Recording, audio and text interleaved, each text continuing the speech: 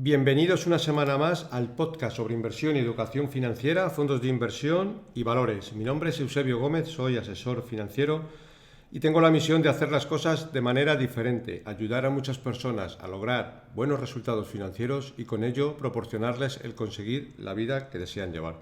Si estás interesado en solicitar una segunda opinión sobre tu cartera de fondos, puedes hacerlo. Te recuerdo que puedes enviarme tus dudas sobre cómo tienes compuesta tu cartera de inversiones y te responderé con un diagnóstico de la misma. También puedes enviarme cualquier duda que tengas si consideras que revise algún fondo que tienes en cartera y que no comprendes muy bien, dónde invierte, en qué regiones invierte, qué comisiones de gestión tiene, etc. Como siempre, para ello os dejo mi dirección de email, que es eusgomez@gmail.com. Bueno, empezamos recordando como siempre la responsabilidad y el aviso legal. La actual presentación tiene un carácter informativo y divulgativo. No supone bajo ningún término ninguna recomendación de compra o de venta de ninguno de los fondos o acciones mencionados en este podcast. La publicación de este podcast es a título personal. Bueno, esta semana volvemos con el consultorio de fondos, ya que voy haciéndolo ya una vez al mes porque cada vez se me acumulan más preguntas y para no ir ahí dejándolas en el tintero. Bueno, como siempre, empiezo también recordando y agradeciendo que le deis like en la aplicación donde lo estéis escuchando. Ya sabéis, mi cantinela de siempre, de que me ayudéis a divulgar el podcast con el fin de que pueda llegar cada semana a más y más gentes. Dicho esto, que los resultados de escuchas están siendo espectaculares. iVoox, que es la plataforma donde mejor se pueden medir y que las métricas son públicas, pues tenemos episodios, por ejemplo, el 199, donde invertir en 2024, con 3.700 escuchas. El episodio 204, consultorio sobre fondos, con 2.700 escuchas. Bueno, para ser un tema, digamos, un poco, vamos a llamar friki, de finanzas y demás, que no es un tema de, pues que hablamos de los partidos de fútbol del domingo, etcétera, pues entiendo que está bastante bien. De hecho, la progresión desde que inicié el podcast, pues está siendo bastante buena. Si vemos las métricas, 2019, que fue el primer año, andábamos por las 100 escuchas, 2020 sobre las 500, 2021 pasamos de media a 800, 2022 1000, 2023 andábamos por las 1500 y en 2024 ya andamos de media en más de 2000 escuchas. Bueno, pues no puedo estar más que muy agradecido por el nivel de escuchas. Siempre intento contestar y responder a todos los emails que me enviéis sobre vuestros comentarios, sugerencias, carteras, etcétera. Como siempre os recuerdo que si alguno se ha quedado sin responder vía email o por aquí, os agradeceré me volváis a pasar la consulta. Bueno, en el asunto, cuando me enviáis muchas veces un email, cada uno pone una cosa y a veces se cuela en email que, pues que no veo y que, no me gustaría dejar de contestaros. Bueno, pues sin más dilación, vamos con la primera consulta. Javier Sánchez, me llamo Javier Sánchez, tengo 49 años, tengo todo mi patrimonio invertido en fondos. Muchas gracias por el podcast, lo descubrí este año y he escuchado la mayoría de los anteriores. Tras escucharte mucho, quería preguntar una cuestión que no sé si es un error de concepto o como lo comentas tú. Dice, la idea que yo tengo es que al confiar la gestión de la inversión en un gestor de un fondo, es el gestor el que se encarga del rebalanceo de las acciones, entrando y saliendo de cada empresa en base a los fundamentales, los precios objetivos que han calculado y la volatilidad del mercado, subidas y bajadas de la acción. Yo parto de una filosofía de invertir a largo plazo, entre 10 y 20 años, y en fondos value españoles, Magallanes, AZ Valor, Cobas y Numantia, con aportaciones periódicas programadas. Por tanto, cuando un fondo baja, si confío en la estrategia, entiendo que es mejor momento para comprar más si tengo liquidez. Si el fondo sube, mantengo las aportaciones, porque aunque el fondo suba, no debo salirme para comprar otro fondo diferente, sino que la estrategia se ha cumplido y el gestor ha conseguido beneficios vendiendo con plusvalías acciones y lo reinvertido ya en otras empresas que ha comprado más baratas. Y eso es lo que refleja ese valor mejorado de la participación. Bueno, pues estás en lo correcto, ¿de acuerdo? Sigue diciendo, lo digo porque cuando comentas sobre resultados mensuales de fondos, como norma general, solemos repasar, pero más en resultados trimestrales, más que en resultados mensuales.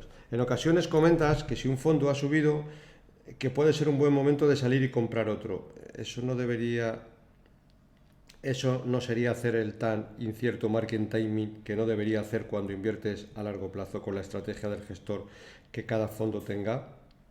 Bueno, intentando hacer justo lo contrario de lo que se predica, de ser más listo que el mercado, totalmente de acuerdo. Siempre hay matices en lo que comentas y vamos a dar un repaso.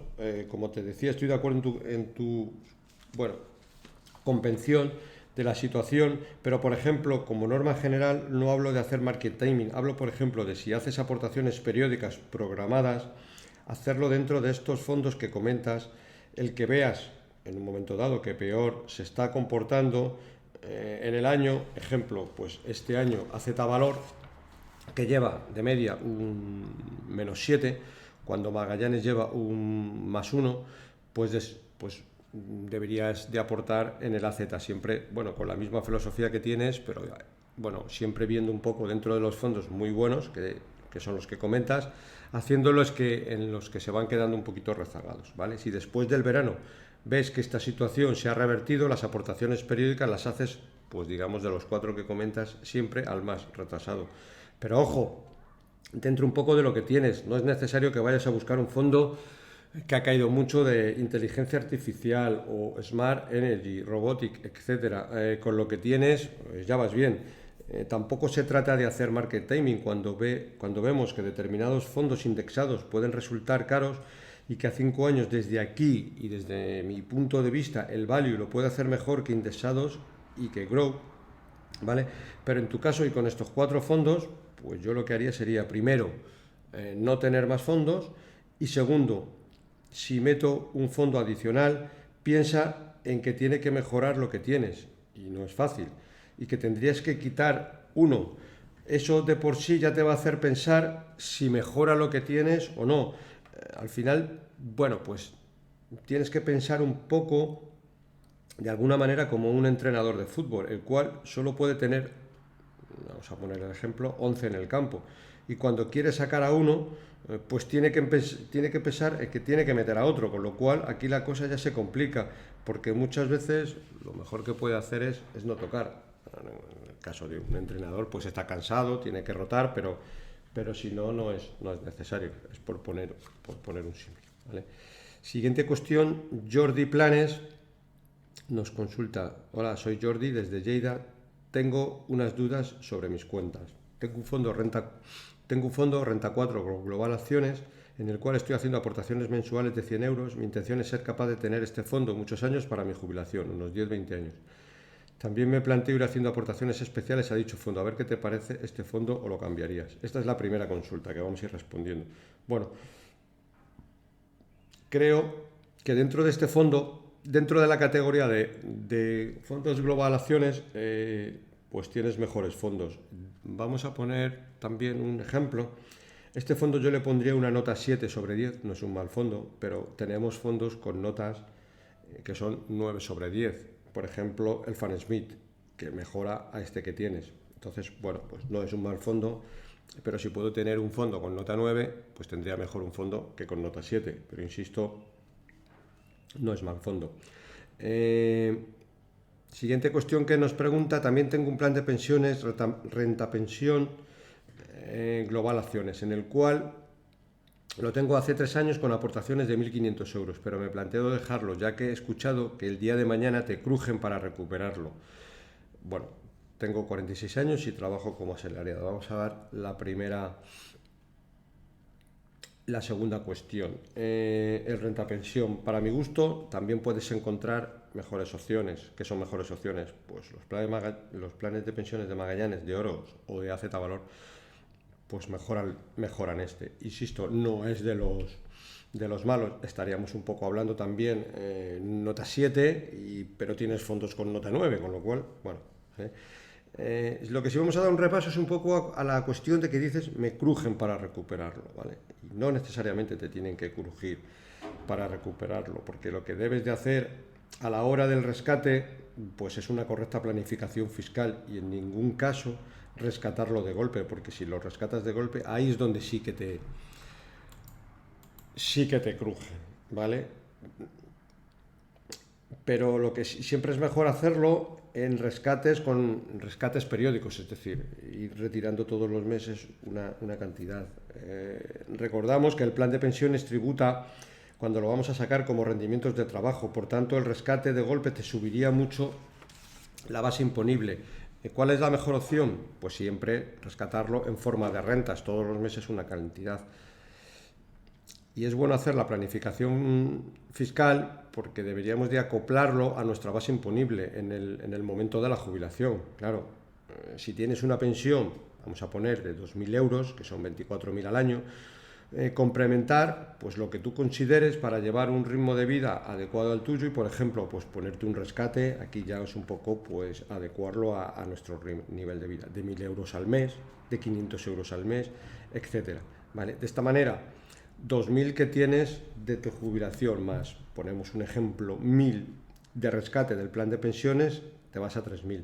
3.000 por 12 son 36.000. Bueno, aquí no tendrás una base alta y sí tendrás una jubilación pues más o menos buena, ¿vale? Aquí cada uno pues tiene que poner su ritmo y viendo en cada momento dónde están los saltos de tramos y aquí donde se encuentra la planificación fiscal, porque en lugar de, vamos a poner un ejemplo, de 36.000, tenemos que ponernos 33.000 para estar un poquito por debajo, porque a partir de, vamos a poner 34.000, cuando llegue la jubilación habrá que verlo, ¿vale? Pasamos de tributar del 25 al 28% por rendimientos de trabajo, es decir, ahí tenemos un salto, entonces a lo mejor tenemos que acoplarlo a una mejor planificación. Eso en todos los casos, ya ha llegado el momento de la jubilación, pero insisto, siempre es mejor sacar el plan de pensiones en forma de rentas y bajo ningún caso de golpe y en forma de capital. Bueno, siguiente cuestión, Juan Antonio Jiménez. Nos preguntan: hola, me encanta tu podcast, tengo 3 fondos de inversión, BBVA Consolidación 85, BBVA Global Desarrollo y Morgan Stanley Global Sustainable. Mi consulta es, mi intención es aguantar estos fondos, mínimo 15 años. ¿Te parece buena inversión o cambiarías a otros tipos de fondos? Gracias por tu labor divulgativa. Bueno, vamos a dar un repaso, ¿vale? Y en tu caso, en todos los casos tenemos mejores opciones. Vamos a empezar por el primero, que es el BBVA Consolidación. Este fondo, pues vemos, bueno, ya he visto el folleto y la rentabilidad histórica. Es un fondo que en los últimos 5 años, que es desde cuando lleva, no ha obtenido rentabilidad positiva. Este tipo de fondos, en líneas generales, te aseguran 2 cosas. La primera, que no vas a tener pérdidas de capital importante, pues la inversión con un elevado grado de probabilidad está, vamos a llamar, amarrada, y por debajo del 85% del capital invertido es muy raro que pierdas dinero, pero podría pasar. Bueno, sería raro, pero siempre hay que poner la coletilla de que podría pasar, ¿vale? Pero esta protección te asegura que a su vez tampoco vas a obtener rentabilidades positivas a largo plazo, es decir, te va a asegurar 2 cosas, una que no vas a perder y otra que tampoco vas a ganar, ¿vale? Yo este tipo de fondos lo definiría como un viaje a ninguna parte, pues como te digo, ni vas a perder cantidades relevantes ni tampoco las vas a ganar. Mejor que esta opción sería, por ejemplo, y en el momento actual un fondo monetario que te va a dar aproximadamente incluso un poquito más del 3% anual sin grandes sustos, ¿vale? Seguimos con el siguiente, BBVA Global Desarrollo. Este fondo invierte en temáticas de desarrollo sostenible, etcétera, y bueno, no sé si será tu caso que específicamente quieres invertir por ética en este tipo de productos. De ser así, incluso hay mejores opciones. Y de ser así, siempre es mejor invertir en fondos generalistas y sí que no tengan la obligación de invertir en una temática concreta. Pues ya sabéis los que me gustan fondos globales, que a juicio del gestor puede invertir en un determinado tipo de empresas de desarrollo sostenible, o puede invertir en una farmacéutica, o puede invertir en una compañía hasta petrolera porque le gusta.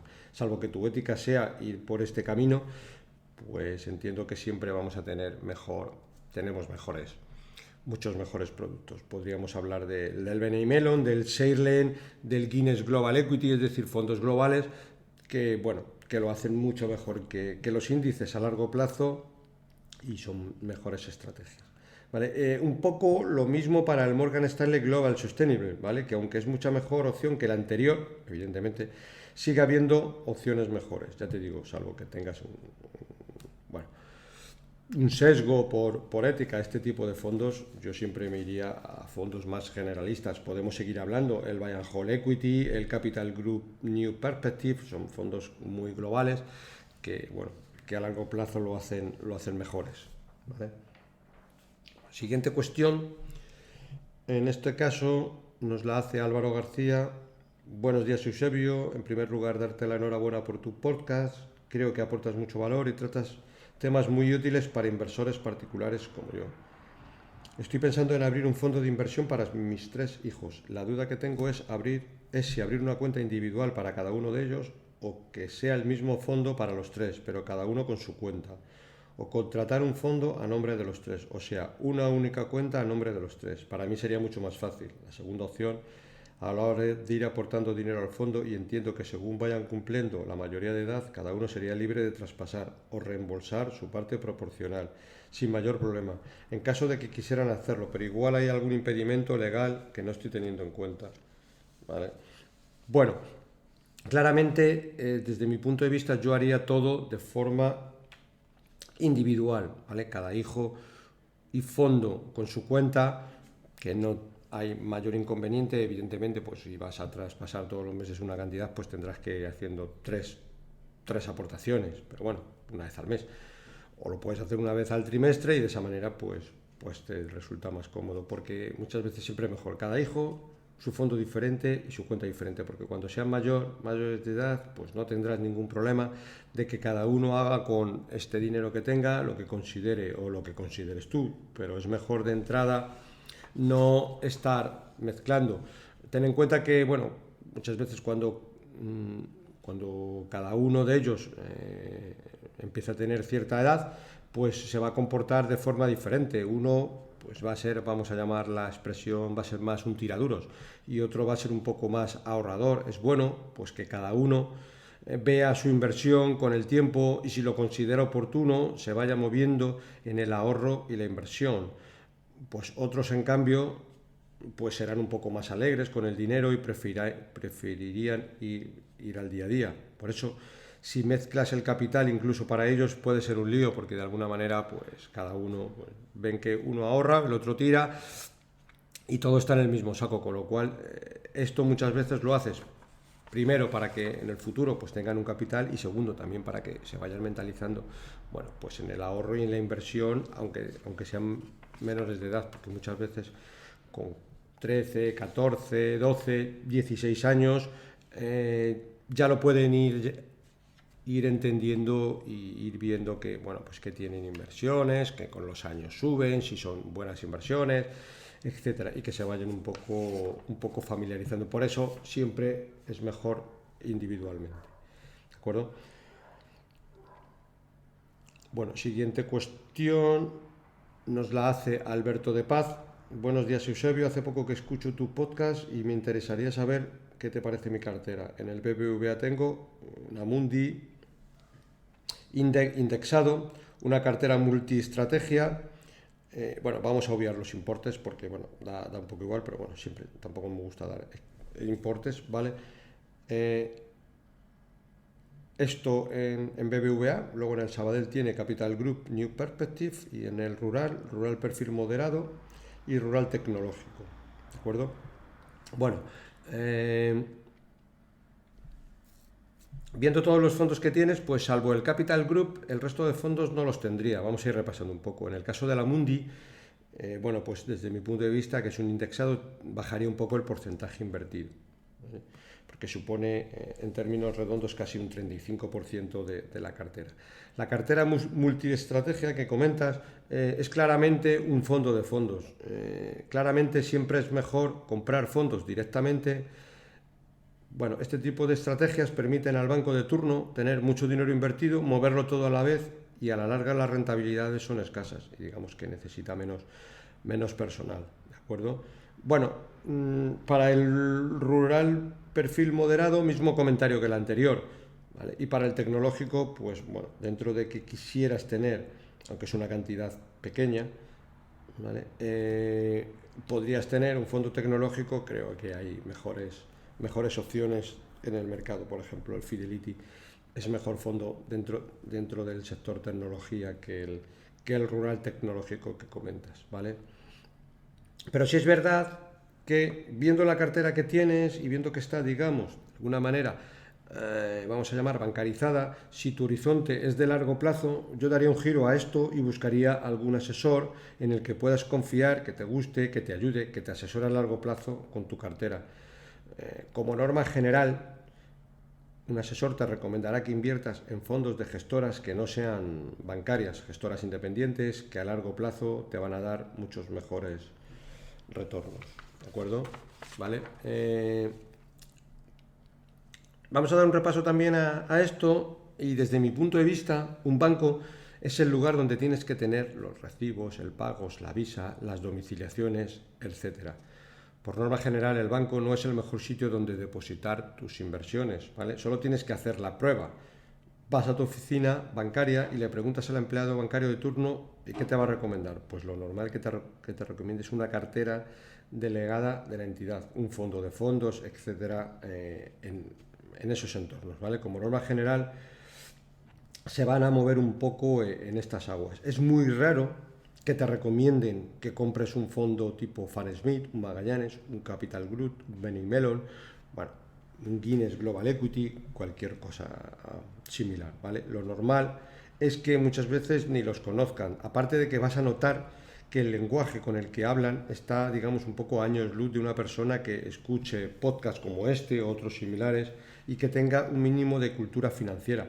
Cuando hablo de un mínimo, no necesitas hacer un máster, ¿vale? Pero sí haber escuchado y leído lo suficiente como para valorar un poco lo bueno, vamos a llamar, de lo mediocre, ¿de acuerdo? Y también voy a poner un símil. Mira, yo tengo clientes con 85 años, con 80 aproximadamente, que no tienen estudios y que saben de esto, vamos a decir la palabra, saben de esto un huevo. No hay una chica o chico en una oficina bancaria que les vacile, ¿vale? Por decir una palabra. Se conocen los fondos mejor que mucha gente. Saben lo que tienen que escoger para su patrimonio, para el de sus hijos y para el de sus nietos. Es el clásico perfil de un señor hecho a sí mismo, profesional liberal, un taxista, un dueño de pequeño negocio, que yo los tengo, ¿vale? Que ya más o menos por el año 2002, 2006 aproximadamente invertía en Bestinver, ¿vale? Y estuvo muchos años en esta gestora. Iba a las conferencias y bebí un poco de estas fuentes, ¿vale? Luego cuando, bueno, pues para mí se marchó, en líneas generales, muchos de ellos diversificaron el patrimonio en diferentes gestoras similares. Bueno, ninguno de ellos fue a una oficina bancaria a que le recomendara dónde diversificar. Sabían que era una decisión que tenían que tomar por ellos mismos, ¿vale?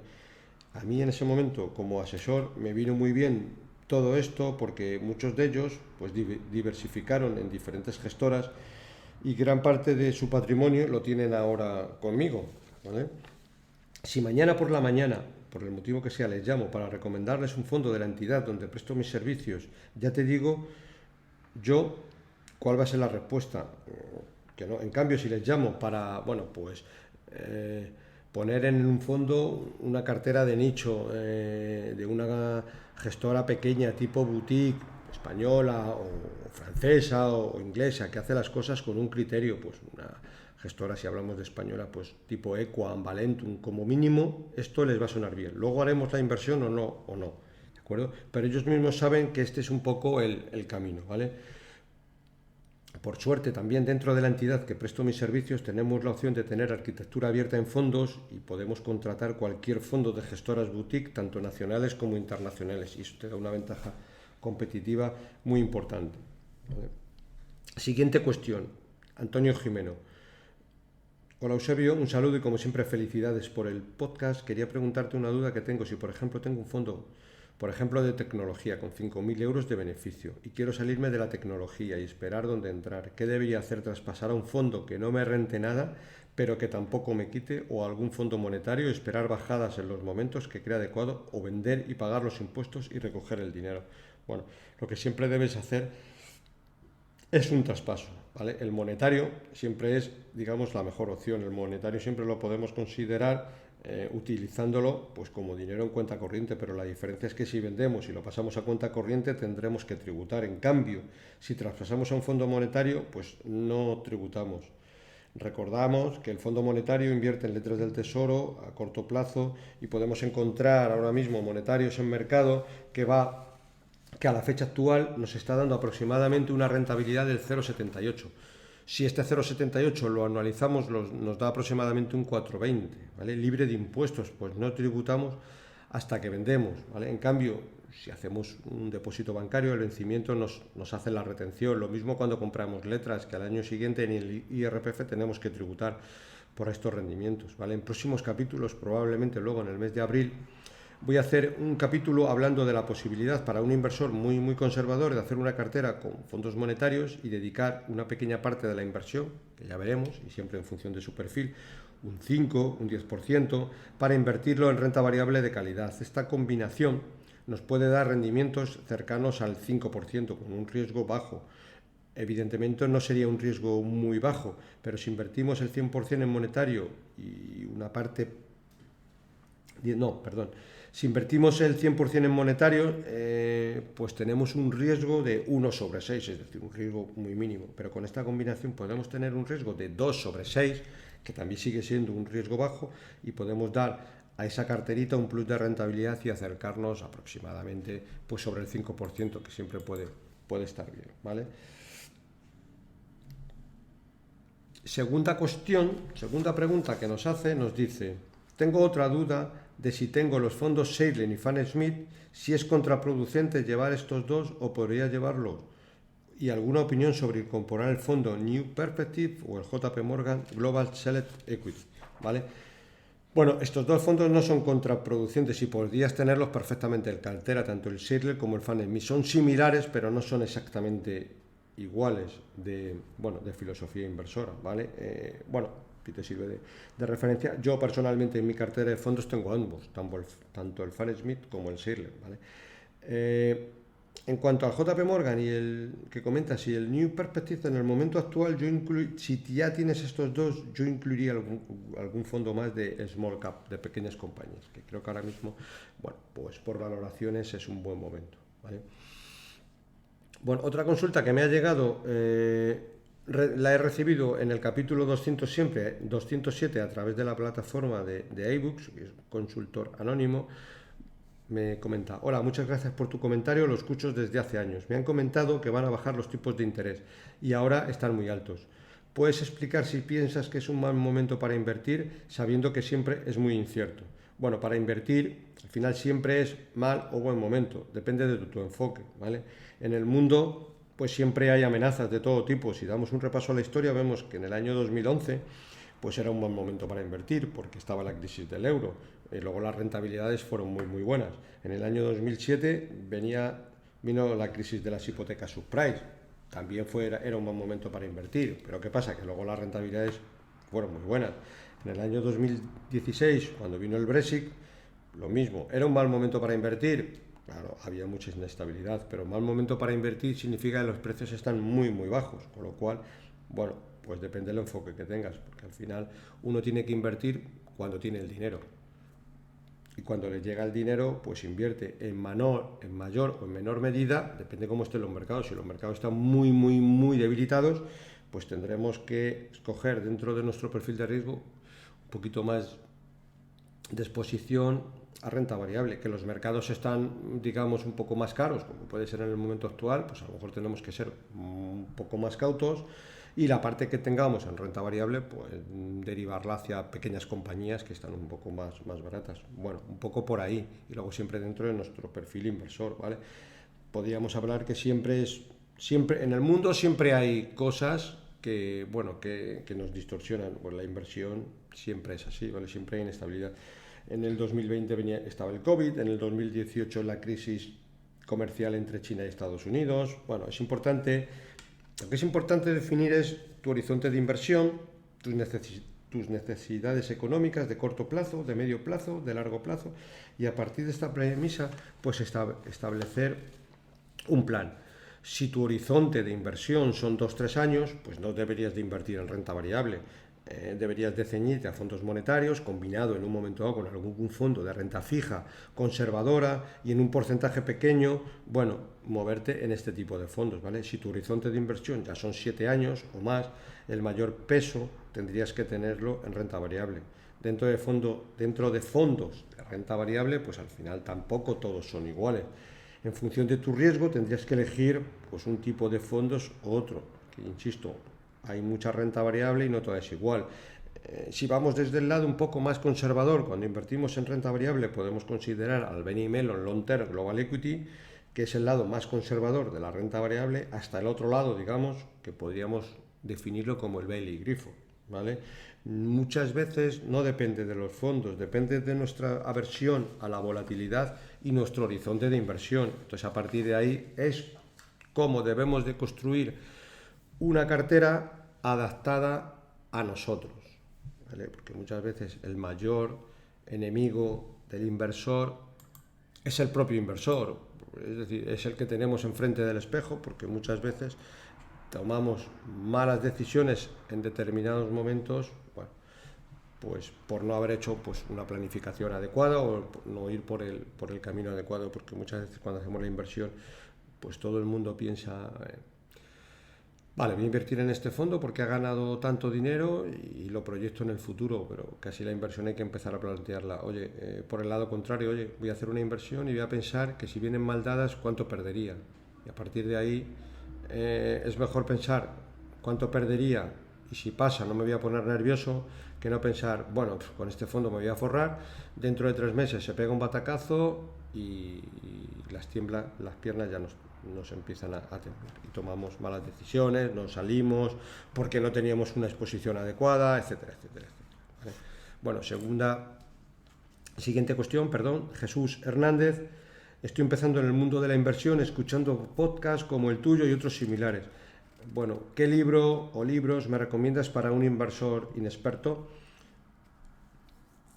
Bueno, para un inversor inexperto yo empezaría, por ejemplo, por la serie que te puede venir muy bien de Robert Kiyosaki, pues Padre Rico, Padre Pobre, El cuadrante del flujo de dinero. Los dos libros son de Robert Kiyosaki. Robert Kiyosaki, es decir,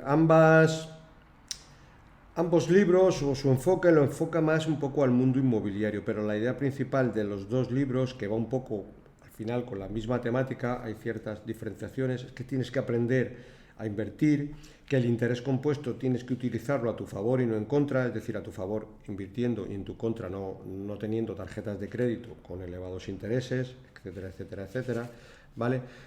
Tienes que tener mentalidad empresarial, aunque tengas 1.000 euros para invertir, es independiente la cantidad. Bueno, creo recordar que el libro iba un poco en el sentido de que su padre pobre realmente era su padre como tal, siempre tenía problemas con el dinero. Creo recordar que bueno, era profesor en la universidad o algo similar, es decir, tenía estudios en ese aspecto, pero no tenía un poco conciencia del dinero y siempre pues en su casa tenía la necesidad, bueno, no la necesidad en su casa, lo que siempre pasa es que siempre tenían problemas económicos, siempre, y bueno, no tenían la conciencia del dinero y de la necesidad obligatoria de invertirlo, siempre estaban un poco pues digamos que dentro de que era profesor de la universidad, pero no tenía esta mentalidad empresarial, ¿vale? En cambio, bueno, pues su padre rico, que evidentemente no era su padre, pero creo recordar que era el padre de un amigo suyo, ¿vale? Que siempre pues estaba metido en inversiones de todo tipo, compraba bloques enteros de pisos para alquilar, compraba fondos de inversión, etcétera. Y en muchas conversaciones con el padre de su amigo aprendió un poco el ADN empresarial, ¿vale? Bueno, creo que el libro, bueno, en términos generales va un poco por estos derroteros. El cuadrante del flujo de efectivo pues hace mención a que no consiste muchas veces en lo que ganas, sino en lo que consigues invertir después de lo que ganas, y con el tiempo estas inversiones pasivas y rentables pues hacen que ganes más dinero con tu propio trabajo, ¿vale? Y luego conociendo un poco bien la dinámica de los impuestos, es decir, pues se pagan más impuestos, muchos más impuestos por rendimientos de trabajo que por rendimientos de capital. Entonces tienes que aprender un poco toda esta bueno, pues maraña de impuestos y saber moverte para tributar dentro de la legalidad, pues lo necesario, ¿vale? Estudiar y comprender todo esto es muy importante. Habla un poco de eso, de coger este enfoque. Bueno, ambos libros no requieren de conocimientos previos relevantes, son fáciles de leer si te gusta un poco también este mundo, pero son fáciles de leer. Y un segundo libro, si eres un poco inexperto, pero también es un poco fácil de leer, es el libro Alicia en Wall Street, es bastante ameno, ¿vale? Habla de una niña que, bueno, que se va paseando por Wall Street y que conoce a muchos personajes famosos que le dicen de un modo coloquial y ameno cómo funcionan los mercados de valores. Pues conoce a Warren Buffett, a Benjamin Graham bueno, a muchos más personajes, ¿vale? Al final está escrito por un dermatólogo de Barcelona que, bueno, no es una persona que se dedique al mundo de las finanzas, pero bueno, si le oyes hablar, sabe bastante de un poco esto. Bueno, tiene al final el perfil ese que hemos hablado antes, de la persona mayor, de 85 años, que invertía muchas veces en Bestinver, que luego con los años diversificó, bueno, un poco ese perfil, ¿vale? Este libro también es muy ameno y te dice un poco cómo funciona muchas veces dentro el mundo bursátil, el mundo de las inversiones, incluso el mundo de los asesores financieros. Bueno, está ameno, ¿vale? Y si te gusta empezar un poco en este mundo, con estos dos, bueno, pues te van a dar un enfoque, ¿vale? No me metería en libros excesivamente complicados, ni de valoraciones de empresas, etcétera. Bueno, eso sería un segundo paso. Con esto puedes coger cierto ADN, ¿vale? Siguiente cuestión. Ángel pregunta, ¿cómo afecta la subida de cotización en un fondo de una acción? Y hace un poco la pregunta también, sigue, dice, ¿puedo beneficiarme de comprar un fondo que lleva Facebook y que hoy, o que hoy la acción está subiendo un 20%? Bueno, yo creo que Ángel lo que quiere decir es un poco, oye, veo que Facebook está subiendo mucho, hay un fondo que tiene un 8% en Facebook, pues compro el fondo y me voy a beneficiar de esa subida. Bueno, pues no funciona así, ¿vale? Si no tienes un fondo previamente comprado, pues esos beneficios tú no los recoges, ¿vale? Voy a intentar ponerte un ejemplo. Si compras un fondo hoy, o das una orden hoy de comprar un fondo a las 12 de la mañana, lo que hace es que se te aplica el valor liquidativo del cierre de ese día, ¿vale? Si todas las acciones que hay en el fondo ese día han subido un 3%, el valor liquidativo será más 3% y tú compras con el 3% más caro, ¿de acuerdo? Si todas las acciones caen un 3%, lo mismo, pero al contrario, vas a comprar 3% más barato porque todo ha caído 3%, y siempre lo compras a valor liquidativo del cierre, o lo que es lo mismo. Se computan todas las acciones y el fondo pues cotiza un precio, pues ya llevaría 10,20, pues hoy vale 10,30 o 10,10 en función de lo que todas las acciones que hay dentro del fondo hayan hecho, ¿vale? Por lo que interpreto de tu pregunta es de cómo tú quisieras beneficiarte de la subida, y esto pues no funciona así. Tienes que tenerlo previamente, si no lo compras con la subida o con la bajada que en ese momento lleve. Pero tienes que tener en cuenta un poco que si compras un fondo de renta variable para mantenerlo más de 5 o 6 años, que es un poco el plazo, el horizonte temporal, estas cuestiones no son excesivamente relevantes, ¿vale? Siguiente cuestión. Luis, me han ofrecido un fondo que reparte un 5% de dividendos y lo hace de forma mensual, es decir, 0,41. Me parece una acción interesante, pues yo, de entrada, me estoy asegurando un 5% al año más la posible revalorización del fondo, ¿vale? Luis, hay que ver la composición del fondo y dónde extrae ese 5% de rentabilidad para empezar, ¿vale? Es un poco lo que hay que verlo, ¿vale? Existen en el mercado, exactamente como dices, fondos como los que comentas, pero está bien que demos un repaso y veamos cómo funciona un fondo y también una acción que reparte dividendos, más que nada para que cojamos un poco el concepto de dónde sale ese dividendo, ¿vale? Y voy a intentar poner un ejemplo, ¿vale? Nosotros compramos un fondo que tiene un valor liquidativo de 10 euros, ¿vale? Dentro de un mes el fondo vale 10,10, es decir, ha subido un 1%. Y el día 2 del mes siguiente reparte un dividendo, ¿vale? El mismo día que reparte el dividendo, por ejemplo, vamos a poner 0,04 por cada participación. Ese mismo día el fondo automáticamente, en valor liquidativo, cae un 0,04. ¿Por qué pasa esto? Bueno, pues no deja de ser otra cosa que contabilidad pura y dura. El dinero sale de la caja del fondo y va al bolsillo del partícipe, y como sale de un sitio y entra en otro, pues el valor liquidativo automáticamente descuenta. No deja de ser, por tanto, tú tienes en tu bolsillo ese importe, pero ojo, sale del valor liquidativo. El valor liquidativo, al salir dinero del fondo, pues lo descuenta, ¿vale? Pasa lo mismo que en una empresa, ¿vale? Una empresa tiene 1.000.000 de euros en la caja, ¿vale? Y en ese momento reparte 1.000.000 de euros de dividendos entre sus accionistas, ¿vale? El dinero ya no está en la caja y está en el bolsillo de los accionistas. La contabilidad de la empresa tiene que reflejar que la empresa ya no tiene ese capital en la caja, por tanto la empresa vale 1.000.000 de euros menos, porque tiene una salida de caja. Y ese 1.000.000 de euros, si estamos hablando de una empresa que cotiza en bolsa, al día siguiente, cuando abre el mercado a las 9:01, recoge esa valoración. Vamos a ver también un ejemplo en una acción que reparte dividendos, ¿vale? También hay de vez en cuando algunos clientes, ya no oyentes, sino clientes directamente, que me preguntan: oye, voy a comprar esta acción de tal empresa que el día 20 reparte dividendos y el día siguiente la vendo, ¿vale? Pues esto, a ver, tenemos que tener cuidado con esto, porque esto realmente no funciona así, ¿vale? Lo mismo, porque funciona igual que con el fondo. Ejemplo, Telefónica, por poner una empresa, ¿vale? Reparte 0,30 de dividendo el día, vamos a poner, 31 de marzo, ¿vale?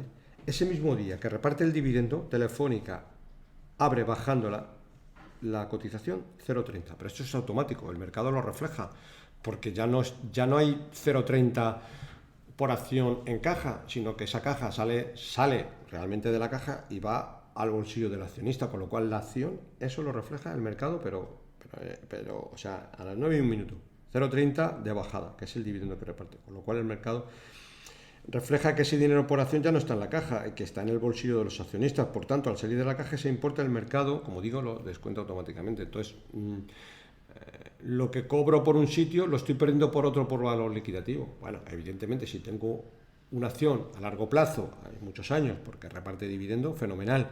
Pero tener el concepto, no, voy a comprar la acción y luego la vendo para llevarme el dividendo, no funciona así, porque la cotización descuenta el dividendo de forma automática, ¿de acuerdo? Bueno, siguiente cuestión, y veo que última. Héctor, he visto que dentro de un mismo fondo existen muchas clases: clase A, clase E, clase F, Y, etcétera. Algunos de ellos en libras, dólares. Con esto estoy hecho un lío y me gustaría que me explicases en un próximo consultorio qué es lo más aconsejable. Aquí depende de cada inversor y de su perfil. No me voy a quedar con esta respuesta, que sería lo mismo que decir que nada, ¿vale? Te voy a explicar cómo lo hago yo a la hora de construir y asesorar carteras, y por qué muchos fondos tienen diferentes clases, ¿vale? En muchos casos son fondos, por ejemplo, que tienen clases en función del dinero que vamos a invertir. Si tenemos un fondo que podemos invertir 1.000 euros, pues a lo mejor tenemos la clase A. Si tenemos un fondo que mínimo de inversión son 1.000.000 de euros, pues a lo mejor vamos a la clase E, porque es una clase más barata a la hora de que el cliente, pues como mete mucho más dinero, pues va a una clase un poquito más barata, ¿vale? Y como norma general, eso lo que es en cuanto a las comisiones, pero luego también hay fondos que tienen diferentes clases, porque tienen diferente divisa. Pues pueden tener divisa, el mismo fondo puede estar en divisa euro, en divisa dólar, en divisa libra, en francos suizos, en diferentes divisas. Entonces, bueno, y esto siempre lo tenemos que considerar, es importante, por ejemplo, a la hora de elegir la divisa, pues elegir nuestra divisa base, ¿vale? Para una persona que vive en España, que cobra en euros y tiene toda su logística económica en la misma moneda, pues si va a coger fondos de renta variable, lo normal es que coja fondos en moneda euro y sin cubrir divisa, ¿vale? Podemos coger un fondo global que invierte 50% en Estados Unidos, 35% en Europa, 15% en Asia, un estándar que igual la parte de Estados Unidos, al estar en dólar, pues ya deberíamos de cubrirla. Mi experiencia es que no vale la pena, ¿vale? Cubrir, o sea, un fondo de media por cubrir la divisa tiene un coste anual del 1,5%. Es un coste que lo tenemos que asumir por evitar ese riesgo, pero un fondo de renta variable que vamos a muchos años, yo no lo aconsejo, ¿vale? porque muchas veces si hablamos de euro-dólar, pues se equipara bastante con los años. Unos años podemos tener más 10 euro-dólar, otros años menos 10, por tanto no merece la pena, ¿vale? Comprar un fondo con divisa cubierta por el coste adicional, ya digo que no interesa. Evidentemente, si vamos a comprar un fondo de renta fija, ahí ya la cosa cambia, ¿vale? Un fondo de renta fija yo siempre sí aconsejo, es un fondo que para un inversor que tiene menos riesgo, y yo siempre aconsejo, si compramos un fondo global, ahí sí que deberíamos, desde mi punto de vista, cubrir divisa. Vamos a un horizonte temporal un poquito menor, por tanto, que no nos debería afectar, como compramos un fondo de renta fija y lo compramos en dólares pensando que nos vamos a llevar un 5% anual, que es más o menos lo que pueden dar los bonos, pero luego la divisa, como no la tenemos cubierta, perdemos un 7%, con lo cual vemos cómo es posible que tenga un fondo de renta fija y esté perdiendo un 2%. Si los bonos van bien, pues es que lo tienes en dólares. Entonces, bueno, hay que elegir bien el fondo, ¿vale?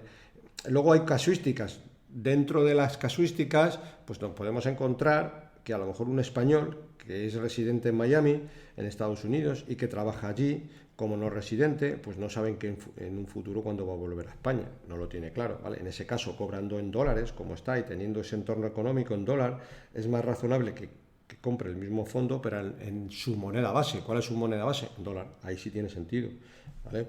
Pero tiene que ser, ya digo, para esa casuística, ¿vale? En el caso de comprar un fondo de renta fija global,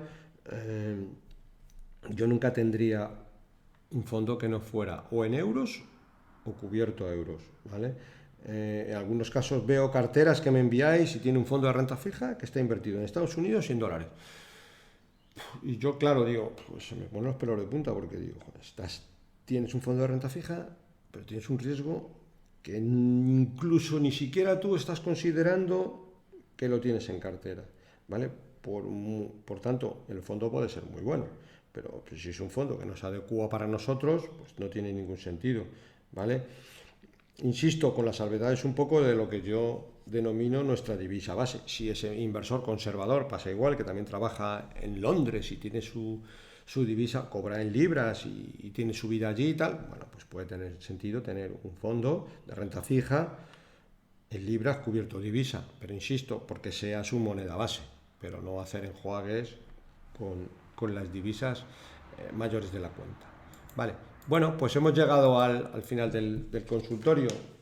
No tengo más cuestiones. Como siempre, recordaros, bueno, si me he dejado alguna en el tintero, que por un casual no os haya contestado directamente al email, porque algunas veces, bueno, son estructuras de cartera muy grandes y tal, que directamente contesto.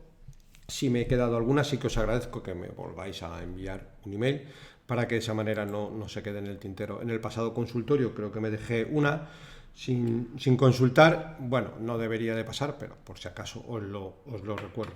Vale, pues como siempre me despido. Para cualquier consulta o comentario sobre este podcast puedes enviarme un email a la dirección eusgomez@gmail.com. Si te ha gustado el programa, recordarte que te agradezco que le des un me gusta en la aplicación donde lo estés escuchando. Un saludo muy cordial, paciencia y buenas inversiones.